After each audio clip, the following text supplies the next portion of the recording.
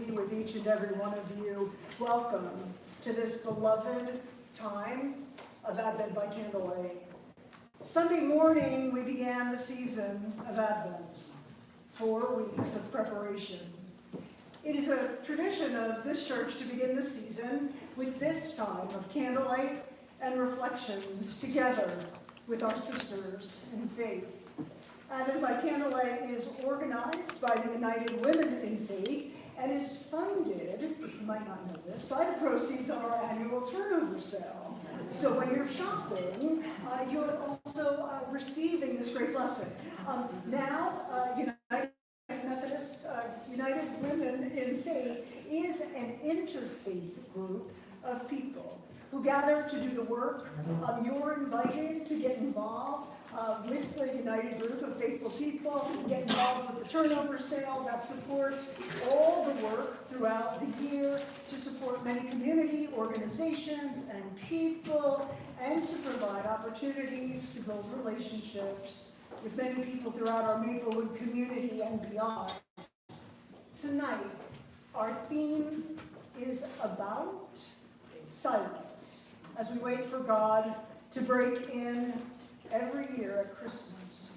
We're remembering also and celebrating our mothers, who instilled in us many of the traditions that we celebrate in our households this season, and many who gave birth in churches to nights like this one. Some of you had your first Christmas with God. Some of you are marking anniversaries of their passing, but too long to fathom. Wherever you are, celebrating, honoring, grappling with our mothers, my prayer is that you are fed in our time together in the music, in the sharing, and in the powerful words of witness and poetry that we will hear together tonight. Thank you very much. I'm going to ask you to turn, you don't need first page, front page, of the order for short centering reading that I'd like us to read together slowly.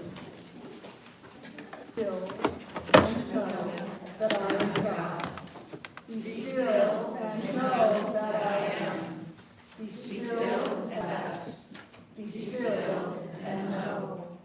Be still. Be. Just be.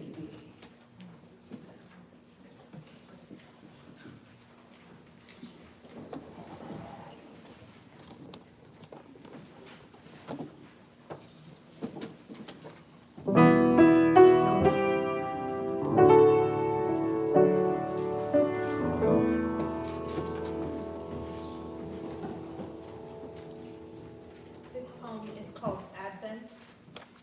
In front of the craft shop, a small nativity. Mother, baby, sheep, made of white and blue balloons. Sky, God, girl. Pick out the one that doesn't belong. Something, close to nothing, flat, from which, fatherless, everything has come. Our opening song is Christ Be Our Light. You'll find it in front.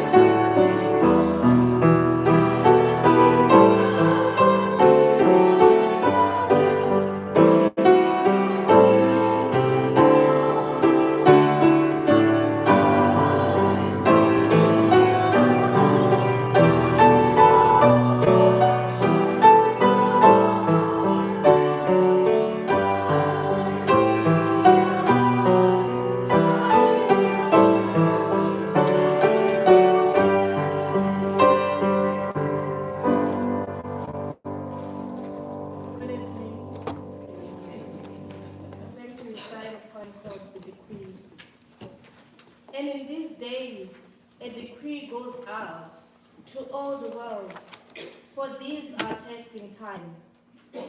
We are all called again to Bethlehem, no matter the state of our health or our world. We come faithful and willing, for we have heard the message. We have dreamed the dream that God will come again, will come to dwell among us. We come expectant with joy, pregnant with anticipation, for God has done great things for us. We come searching for a sign, bearing our gifts. We come called from the silent hillside of our hearts, startled and frightened by the magnitude of life. We huddle together toward Bethlehem. We come one by one, and yet as one, dancing into the promise.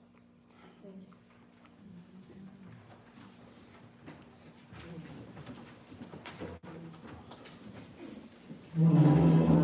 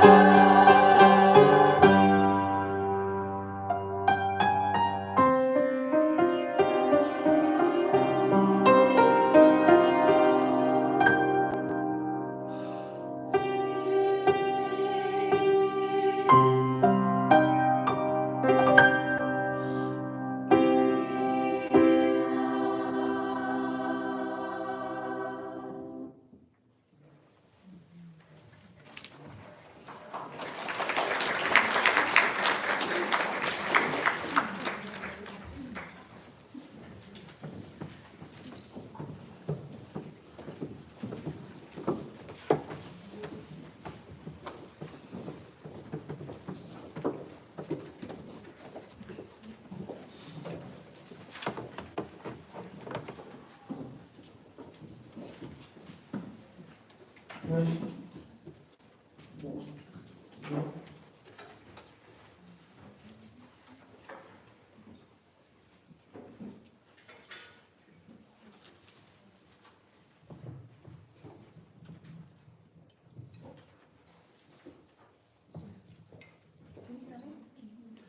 great. Phoebe, I'm ready for you. No, no.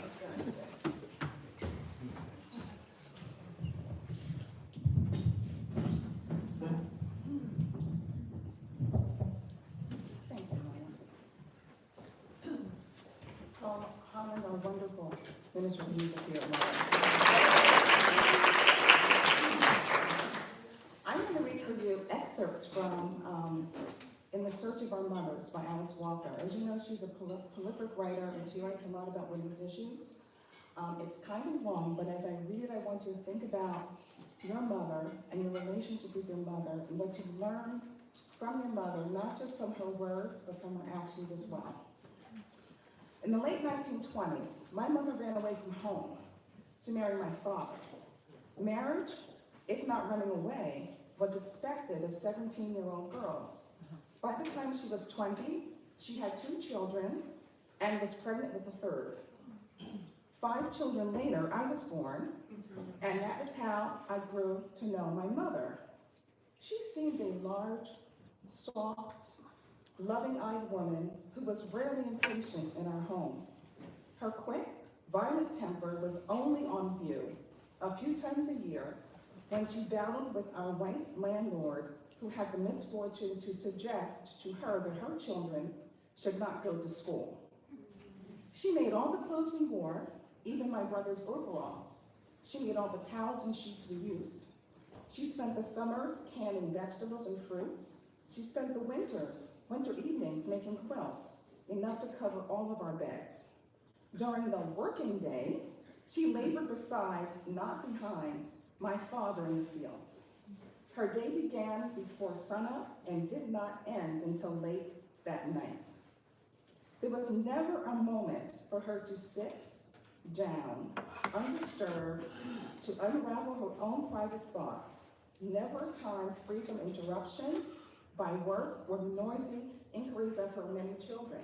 And yet, it is to my mother and all our mothers who were not famous that I went in search of the secret of what has fed that muzzled, often mutilated, but vibrant, creative spirit that the Black woman has inherited and that pops out in wild and unlikely places to this day. But when, you will ask, did my overworked mother have time to know or care about feeding her creative spirit? The answer is so simple that many of us have spent years discovering it. We have constantly looked high when we should have looked high and low. For example, in the Smithsonian in Washington, D.C., there hangs a quilt unlike any other in the world. In fanciful, inspired, and yet simple and identifiable figures, it portrays the story of the crucifixion. It is considered rare beyond price, though it follows no known pattern of quilt making, and though it is made of bits and pieces of worthless rags. It is obviously the work of a person of powerful imagination and deep spiritual feeling.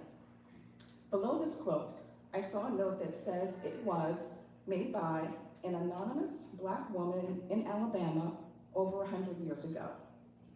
If we could locate this anonymous Black woman from Alabama, she would turn out to be one of our grandmothers, an artist who left her mark in the only material she could afford, and in the only medium her position in society would allow her to use.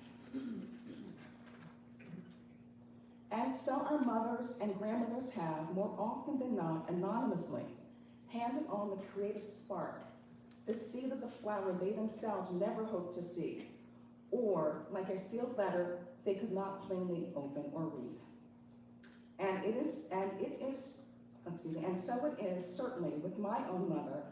Unlike Ma Rainey's song, songs which retain their creator's name even while blasting forth from Bessie Smith's mouth, no song or poem will bear my mother's name.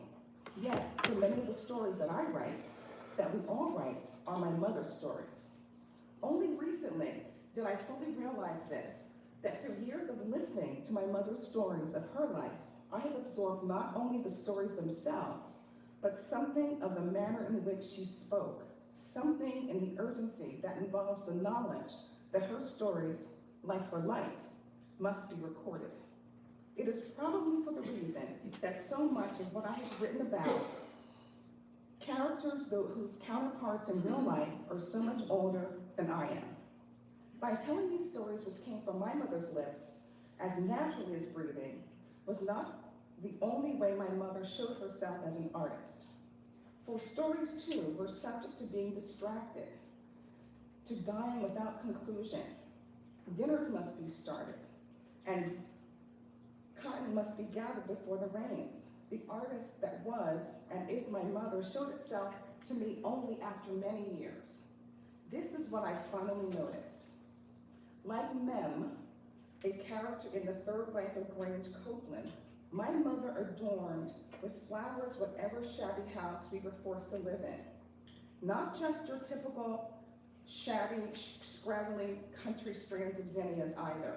She planted ambitious gardens and still does, with over 50 different varieties of plants that bloom profusely from early March to late November. Before she left the fields, she watered the flowers, chopped up the grass, laid the new beds. When she returned from the fields, she might divide clumps of bulbs, dig a coal pit, uproot, replant roses, prune branches from taller bushes and trees until night came and it was too dark to see. Whatever she planted grew as if by magic, and her fame and fame as a grower of flowers spread over 3 counties. Because of her creativity with her flowers, even memories of poverty are seen through the screen of blooms, sun, flowers, petunias, roses, dahlias, forsythia, spirea, delphinias, verbena, and on and on. And I remember people coming to my mother's yard to be given cuttings of her flowers. I hear again the praise showered on her because of whatever rocky soil she landed on, she turned it into a garden. A garden so brilliant with colors, so original in design, so magnificent with life and creativity, that to this day, people drive by our house in Georgia, perfect strangers and imperfect strangers, and ask to stand or walk among my mother's art. I notice that it is only when my mother is working in her flowers that she is radiant, almost to the point of being invisible, except as a creator, hand and eye. She is involved in work that her soul must have.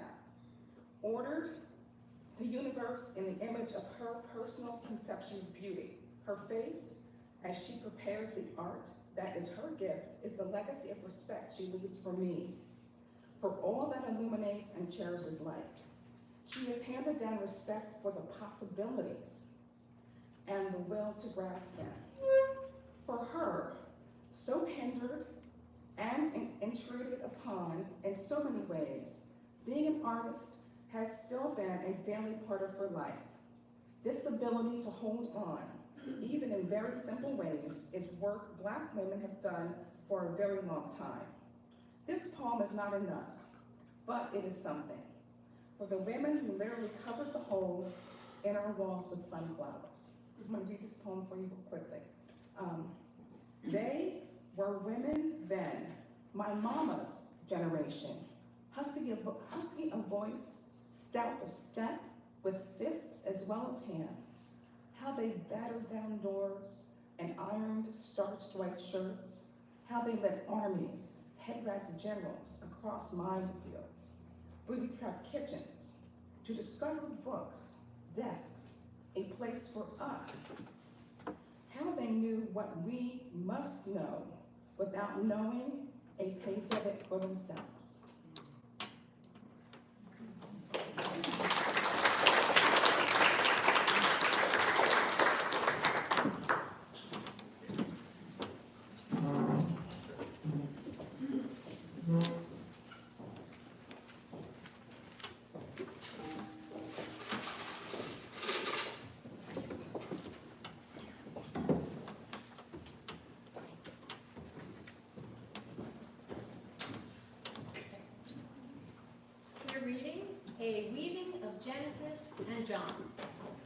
In the beginning, God created.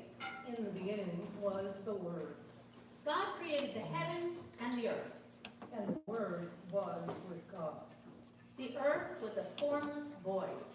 and the Word was God. Darkness covered the face of the deep, The Word was in the beginning with God. while a wind from God swept over the face of the waters. All things came into being through him. Then God said, "Let there be light," and there was light. Without him, no one thing came into being. And God saw that light was good. The light shines in the darkness, God called light day, and the darkness he called night. but the darkness did not comprehend it. And there was evening, and there was morning, the first day. And the Word became flesh and lived among us, and we have seen his glory. Amen.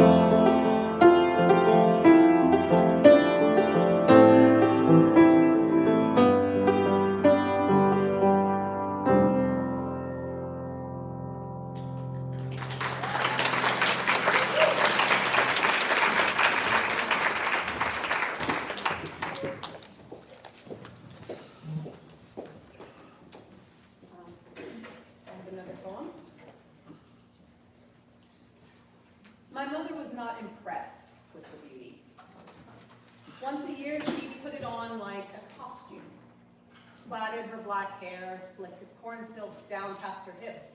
In one rope thick braid, turned it carefully hand over hand, and fixed it at the nape of her neck, stiff and elegant as a crown, with tortoise pins, like huge insects, some belonging to her dead mother, some to my living grandmother. Sitting on a stool at the mirror, she applied a peachy foundation that seemed to hold her down, to trap her, as if we never would have noticed what flew among us unless it was weighted and bound in its mask. Vaseline shined her eyebrows, mascara blackened her lashes until they swept down like feathers. Her eyes deepened until they shone from far away. Now I remember her hands, her poor hands, which even then were old from scrubbing, whiter on the inside than they should have been, and hard. The first joints of her fingers, little fattened pads, the nails filed to sharp points like old-fashioned ink pens, painted a jolly color. Her hands stood next to her face and wanted to be put away, prayed for the scrub bucket and brush to make them useful. And as I write, I forget the years I watched her pull hairs like a witch from her chin, magnify every blush, as if acid were thrown from the inside.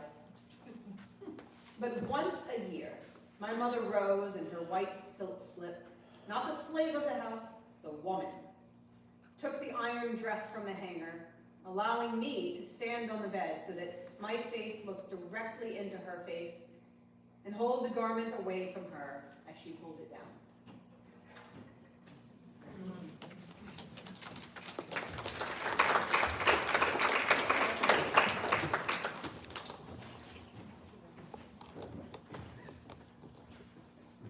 I'm going to read a poem called Beyond Impossible by Anne Wills.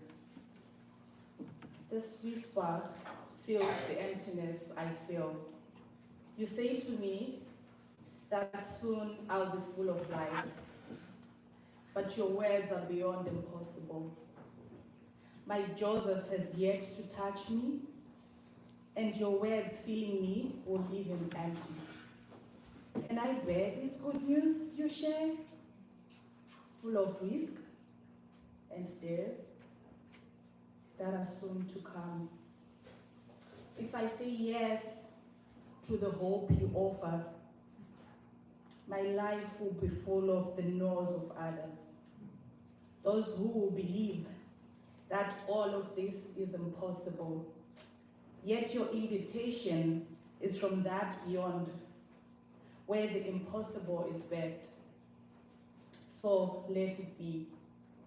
And I shall hope that at least my Joseph will believe. Thank you.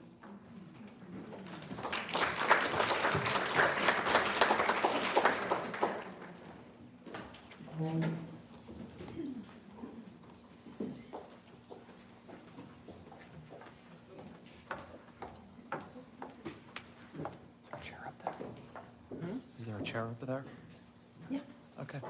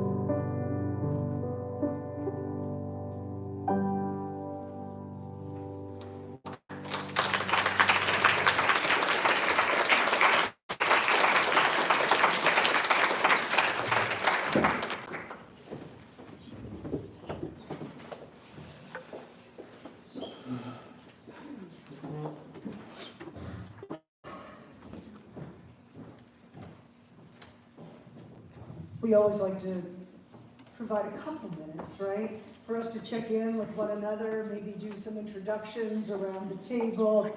The questions that are provided for you on the bulletin are about the place of silence in your life. Do you crave it? Do you need it? And all the moms of small children are saying, are you crazy? And yet we have other ways, right, of arriving at that place of peace. We have many runners who sit in our pews on Sunday morning, and some of us arrive at that place, that euphoric place, in activity, right? So we're not all people who crave silence. Some of us live alone and have lived alone for a really long time, and more silence is maybe not what the good doctor is ordering for us. So it's a time, the bulletin says 15 minutes, let's give it 10, see how you do, talk to each other, maybe about silence, and maybe a story about your household or your mom. However your conversation evolves, of course, is perfectly fine. Share with one another for a couple minutes to meet.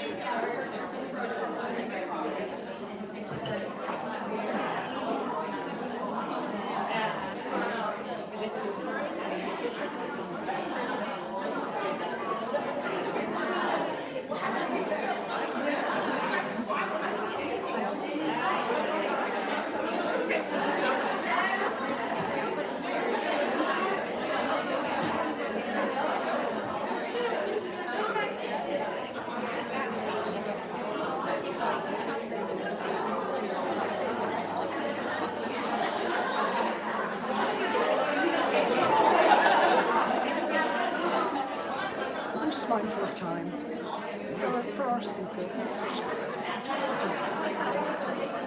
This is your phone. Yes. So you can keep time.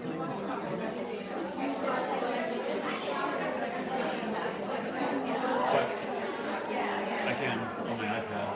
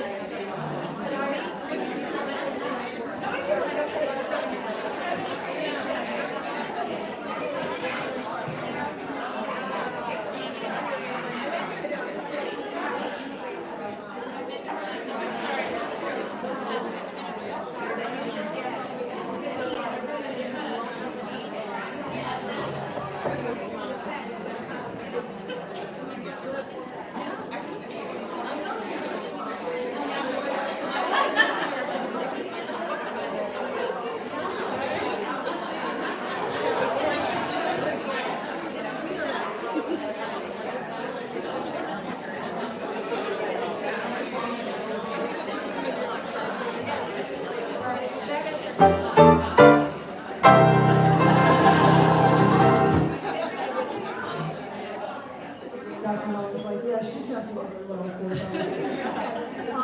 I hate to interrupt the chatter. I was impressed when I walked by a table and they were actually going question by question. And our table wasn't as good at that. But I know that the conversations can and will continue. I'm mindful of time because we have an incredible speaker to hear. We did intend to pause for some silence. I originally said 12. Someone said, 12 is too long. Then everybody took 6 and then 5. And can we take 3 minutes together and just pause? If you're a person who has said at your table, I long for a little bit of silence, I wish I was good at silence, let's take a couple minutes together now.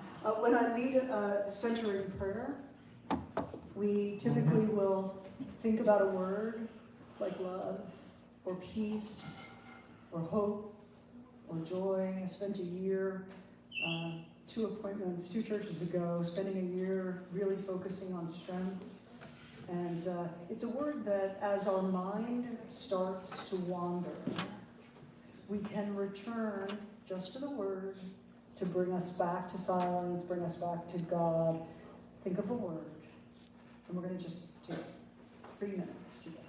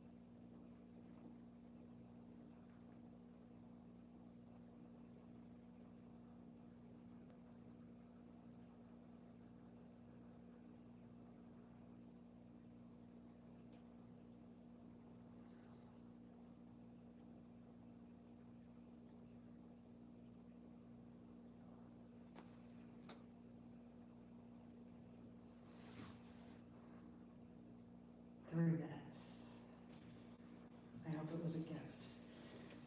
One of the most privileged parts of the pastor's work is having an opportunity to hear people's stories.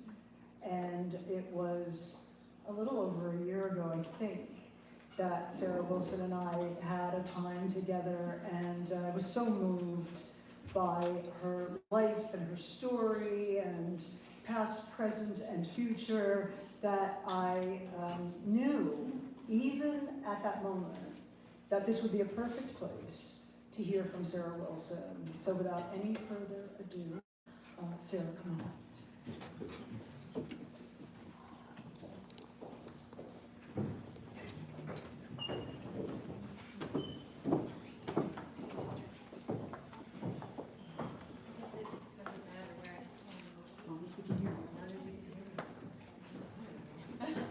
Hi, friends.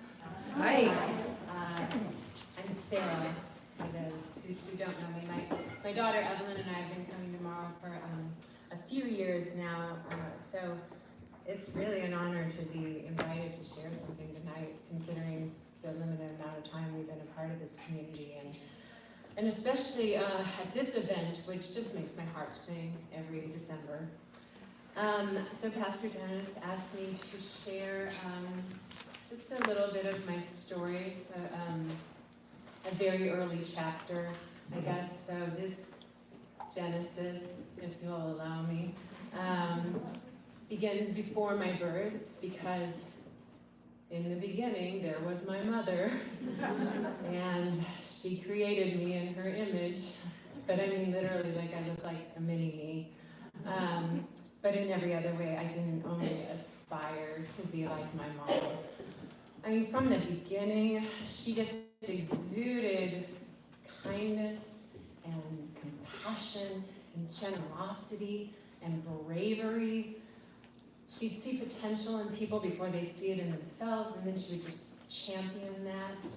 When she was only 25 years old in 1971, she worked with the governor of Iowa to form the first permanent state agency for the concerns of women.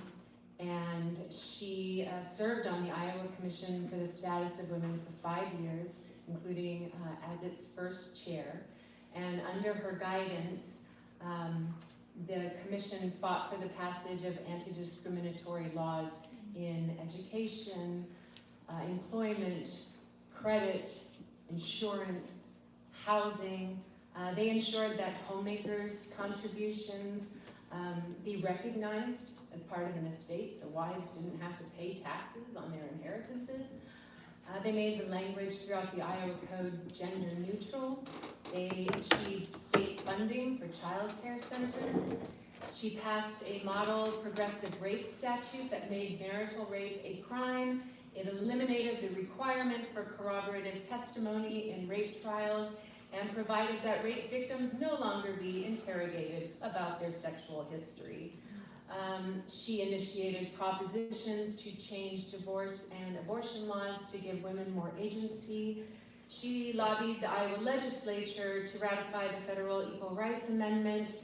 She created the Iowa Women's Hall of Fame. She co-founded the Iowa Women's Political Caucus. She was working 2 jobs, which included teaching at a junior high, which is where she met my dad, who was a fellow teacher. And when my older brother was born in 1973, it was in late August and school was just about to start. And my mom had to leave her 3-day-old infant with a sitter because women weren't allowed to use sick leave after giving birth. So my mom led a lawsuit against the school district and against that policy, and she won. So basically establishing and creating maternity leave. So, and then in 1975, she left teaching, not because of that, but because she wanted to study law. So, oh man, she's running the commission, she's in law school, she's raising 2 babies, because I was born by then, and then she's still working a part-time job, and she was first in her law class. So, all the predictions were she was going to be the first female governor of Iowa or sit on the Supreme Court, I think both. And then in May of 1977, when my mom was 31 and I was 11 months and my brother was 3, we were in a car accident.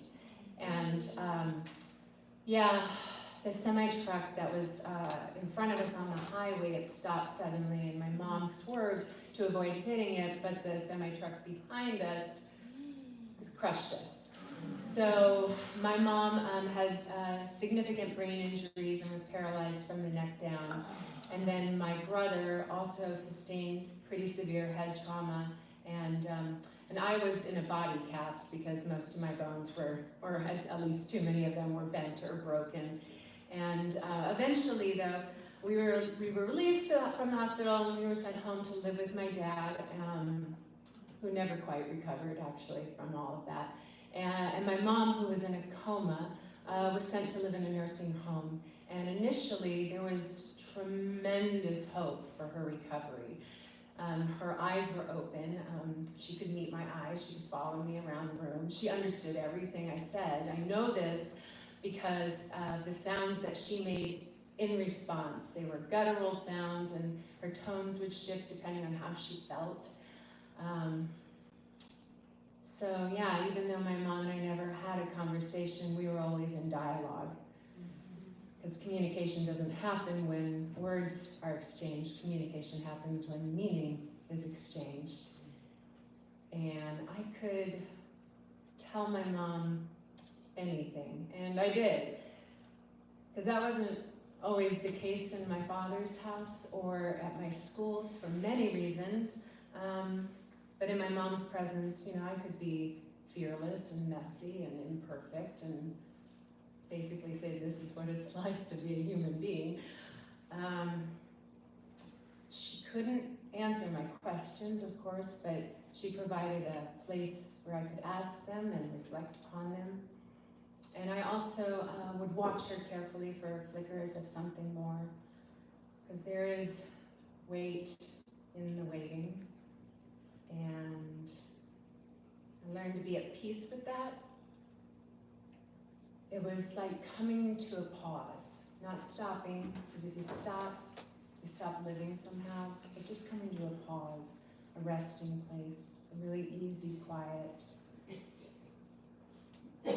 There's a lot of stuff going on in the world, in our community, in our homes, and in our hearts, and our minds, and there's a lot of things that I definitely do not have the words for. And there seems to be a public expectation that to prove that you care and are affected, you have to comment on everything. And I think that giving voice to something is a very effective action, but listening is an action too. And it takes a lot of courage and a lot of patience to absorb and not speak. And my mom, that's what my mom had to do because that's all she could do. I had a teacher who once said, when you are lost, listen as if your life depends on it. So I never doubted that my mom listened to me. The clearest example I can give you was when I was in the 4th grade, which is the same grade my daughter's in right now. I was visiting her, I was chatting and talking about my week, and I had my back to her. And it was, I mentioned that, and girls in 4th grade, and I'd overheard my class about it, which is how I learned that she'd invited all the girls in the 4th grade except for me. And I hear these sounds, and I turn around. I was like, Mom, it's okay. It is okay. I don't want to go to the party. Rhonda Maher is not exactly nice to me. It's fine. And then she starts crying harder. And I thought, oh my God, my brilliant, beloved mom has probably never experienced that kind of exclusion. And I also had this fear that she might feel sorry for me, which is like the worst feeling. But lately, My daughter has been sharing some experiences of her own of exclusion. And I can't tell you, to see her in that kind of pain and not be able to fix it. So all I can do is I hold her and I acknowledge her feelings and I assure her that she is loved and that she is worthy of love. And as I get older, I start to question my 9-year-old suspicions about my mom pitying me. And I really think maybe that what was behind my mom's sobs those days was actually her own frustration of being a mother who could not fix that. And not only that, but she couldn't hold me, and she couldn't acknowledge me, and she couldn't even say the words, I love you, even though I know. So, and I have to say also that I had some anger. I was like, why did she have to live for 14 years, by the way, in a coma? Why didn't God take her immediately? Why is she suffering? Because she was really suffering. And then it took me a long time, and I'm kind of embarrassed to admit how long it took me to come to the realization that, or to consider the possibility that maybe she chose to stay because she had some lessons to teach me, like constancy and fortitude and forbearance. And I also like to think that she stuck around because she loved my brother and me, and she wanted to see us grow up. And even though it must have cut her like a knife to be an observer and never a participant, she stayed with us as long as she could. She died in the fall of my sophomore year of high school, and her death and the events that led up to her funeral, that's a whole nother chapter in itself, so I'm just gonna skip over that.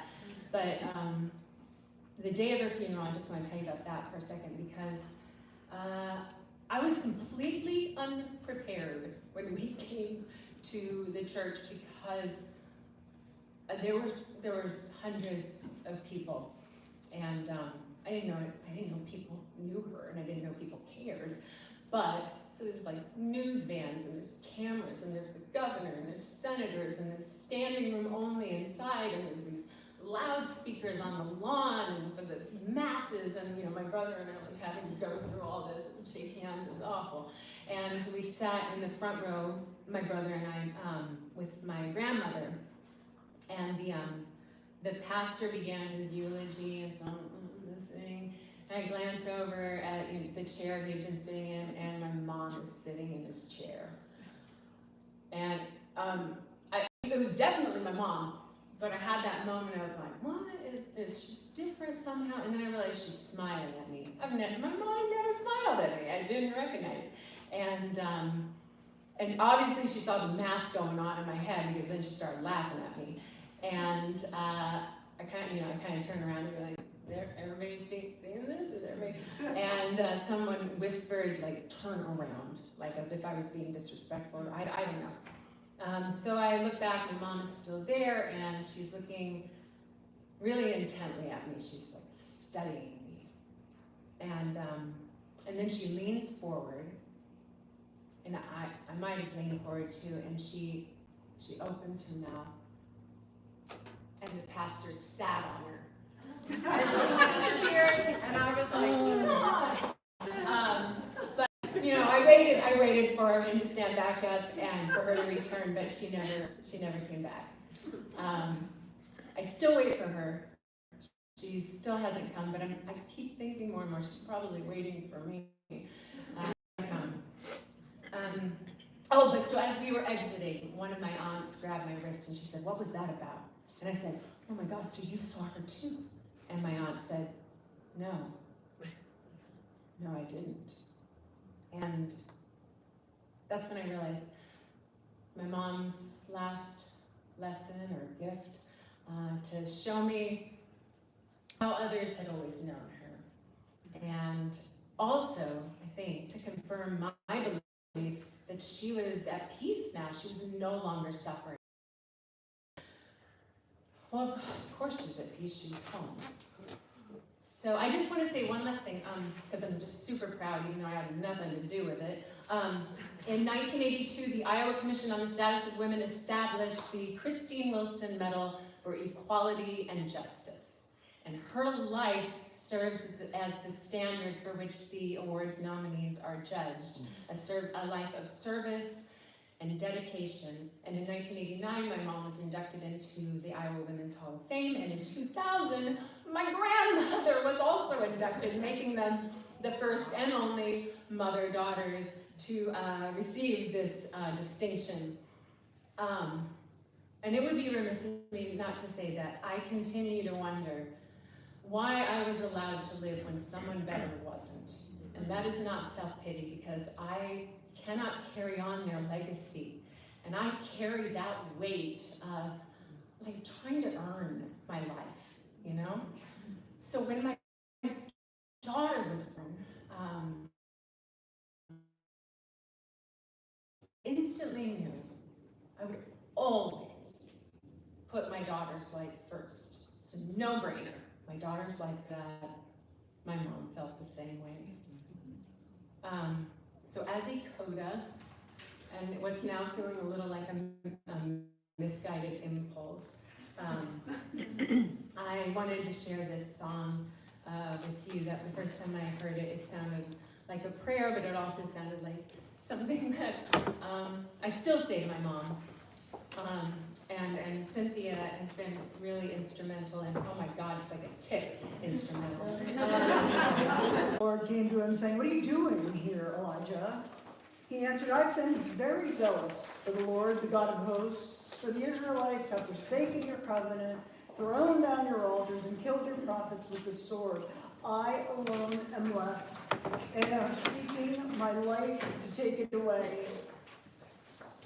The Lord said, "Go out and stand on the mountain before the Lord, for the Lord is about to pass by." Now there was a great wind so strong that it was splitting mountains and breaking rocks into pieces before the Lord, but the Lord was not in the wind. And after the wind, an earthquake, but the Lord was not in the earthquake. And after the earthquake, a fire, but the Lord was not in the fire. And after the fire, a sound of sheer silence.